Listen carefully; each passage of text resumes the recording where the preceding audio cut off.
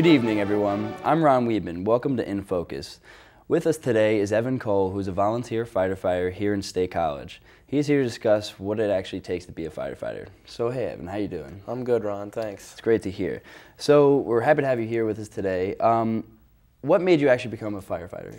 Well, actually, I'm a fourth-generation firefighter. My grandfather and my great-grandfather, they actually started a fire company back home where I live, and then my dad followed in the tradition, and so I kind of just followed in their footsteps. That's really cool, man. Nice family tradition. Yep. Absolutely. So how long have you been doing this? I started as a junior firefighter when I was 16. I'm 22 now, so for about 6 years. Excellent. What exactly is the training like, if you could describe it for us? The training, it's intense. Yeah. It's we're always training as firefighters, always trying to improve ourselves, basically.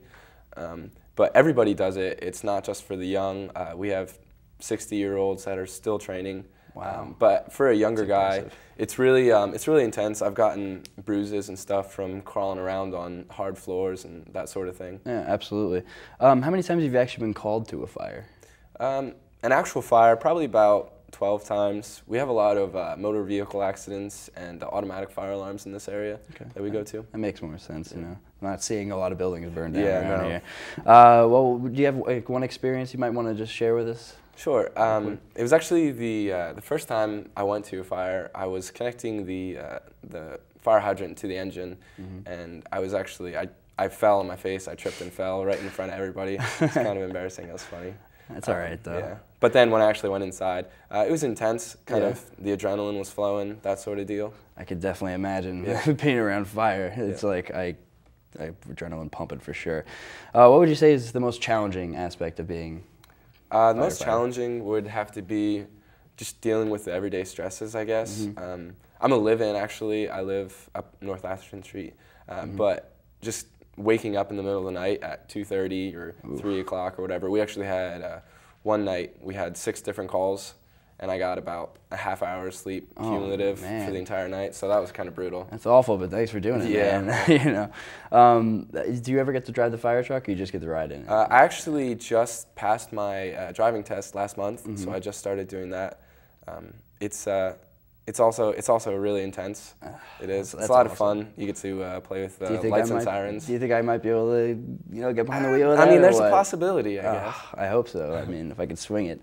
Well, I see you got some stuff here from the fire department. Can you just give a little descriptions of what these things do? So this is the nozzle. It connects to the hose, which is connects to the fire engine, and it flows water through it. Basically, this is a variable flow nozzle. It has a straight stream and a fog pattern. You can adjust that by twisting the top, and then there's open and closed positions, obviously. Right.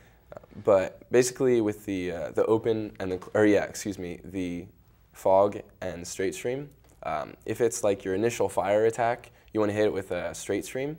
Whereas if you're in the middle of the fire or towards the end, and you want to get some of the smoke out, so that you can actually see and clear out everything. You might stand by a window and open up the fog nozzle portion. Wow, very cool, very cool.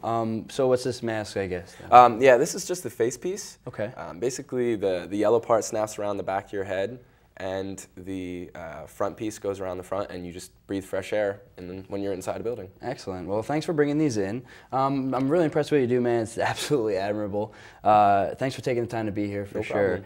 Next week, Miley Cyrus is actually going to be here to discuss what's going on in her life. See you next time, guys. Thanks for taking the time. If you're not ready to go home, can I get a hell no?